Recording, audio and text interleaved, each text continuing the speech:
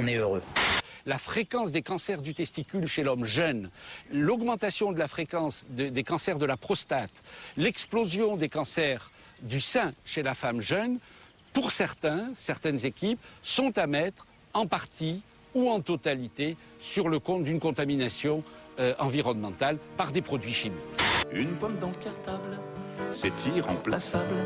Pour un petit creux, j'ai pas trouvé mieux. Et à un moment donné, le consommateur aussi, il va falloir qu'il se dise que peut-être que la viande, au lieu de vouloir en manger tous les jours, il vaut bien manger tous les 3 jours et manger de la bonne.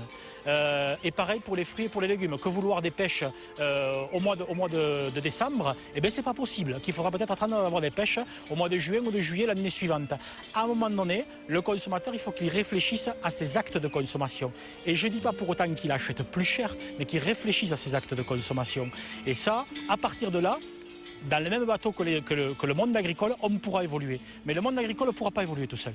Il faut savoir qu'1 500 000 enfants souffrent d'obésité. Le fléau connaît une croissance de près de 6% par an. Les cas de diabète sont en augmentation, une augmentation d'ailleurs sans précédent.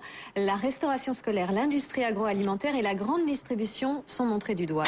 Dans un rapport récent, les experts de la FAO, la FAO, c'est la très sérieuse organisation des Nations Unies pour l'alimentation et l'agriculture.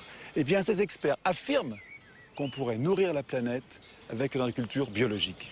C'est incroyable. C'est exactement le contraire de ce qu'on nous a dit pendant de nombreuses années. Nous devons changer nos habitudes.